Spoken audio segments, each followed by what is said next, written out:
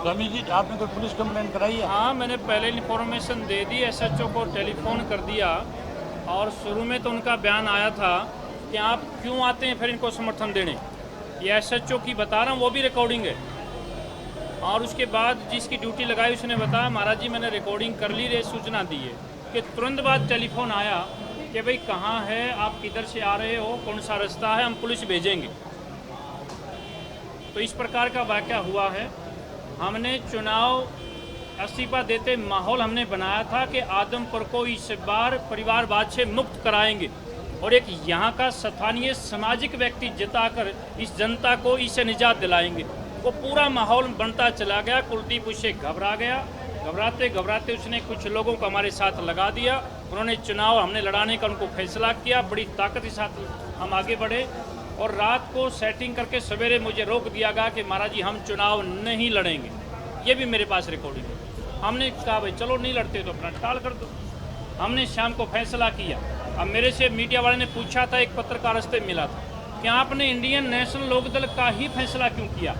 मैंने कहा मैंने इसलिए फैसला किया है कि आदमपुर के 52 गांव की पंचायत ने होकर एक ही मांग की थी कि कुलदीप बिश्नोई से इसको मुक्त कराने के लिए यहाँ का स्थानीय नेता होना चाहिए। और कांग्रेस पार्टी से भी उम्मीद की थी कि यहाँ का स्थानीय नेता दे दो, लेकिन वो भी बाहर ही आ गया।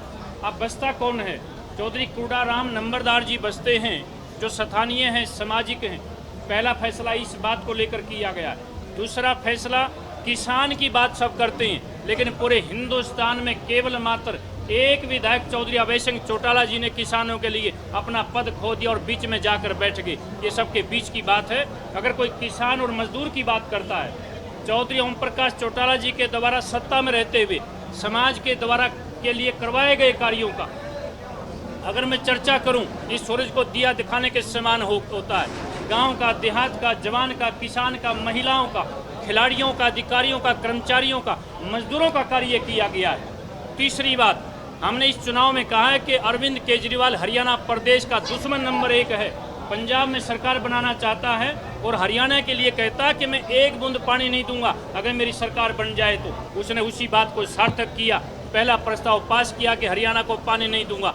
एक आदमी तो पानी ना देने वाला मैदान में है और एक आदमी जिसको हम जल योद्धा के नाम से भी जानते हैं, चौधरी अभय सिंह चौटाला जी, पानी लेने के लिए पैदल कस्सी उठाकर चले गए थे। मैं क्यों ना समर्थन करूंगा, मैं क्यों ना इनके साथ आऊंगा। हमें समाज की बात करनी है, हमें जनता की बात करनी है। और कौन से मुद्दे बसते हैं यहाँ, तो केवल या फिर दूसरी पार्टी या बीजेपी का कोई भी नेता इस बात का बयान दे दे कि भाई आदमपुर को मुक्त नहीं होना चाहिए। क्या एक ही परिवार को लड़ना चाहिए बार बार? सारे लोग लाइन में लगे हुए हैं, दिन रात एक करे हुए हैं कि किसी तरह से अब ये चौथी पीढ़ी यहीं से जीत जाए। ये प्रजातंत्र की बात नहीं है, लोकतंत्र की बात नहीं है। और आज अभय सिंह चौटाला जी ने हमारे जनता कल्याण मोर्चे को सहारा दिया है और हम इस बात का फख्र करते हैं। हम उस पार्टी के साथ मिलने का काम कर रहे हैं जिसके हरियाणा प्रदेश के 5 बार मुख्यमंत्री रहने वाले चौधरी ओम प्रकाश चौटाला जी हमारे बीच में आज भी मौजूद हैं, जो लौह पुरुष माने जाते हैं। जनता की सरकार तो केवल इन लोगों की सरकार होती थी जो गांव में जाकर पंचायत लगाकर पूछते थे और कहते थे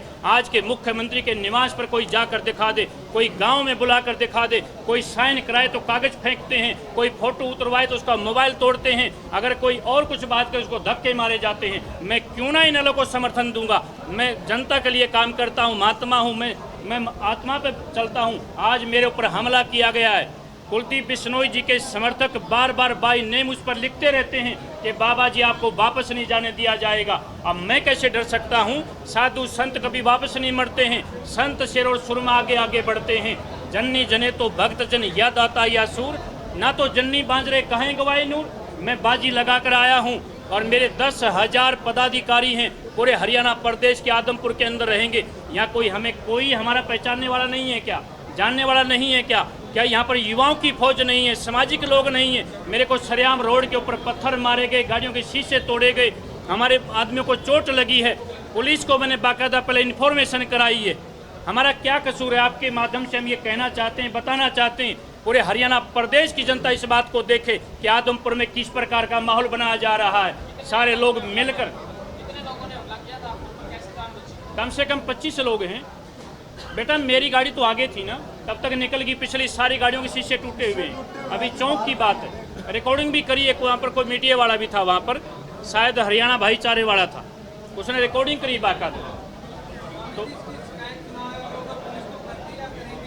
हमने तो पहले इन्फॉर्मेशन दी थी आने से पहले, अब तो मैं दूंगा।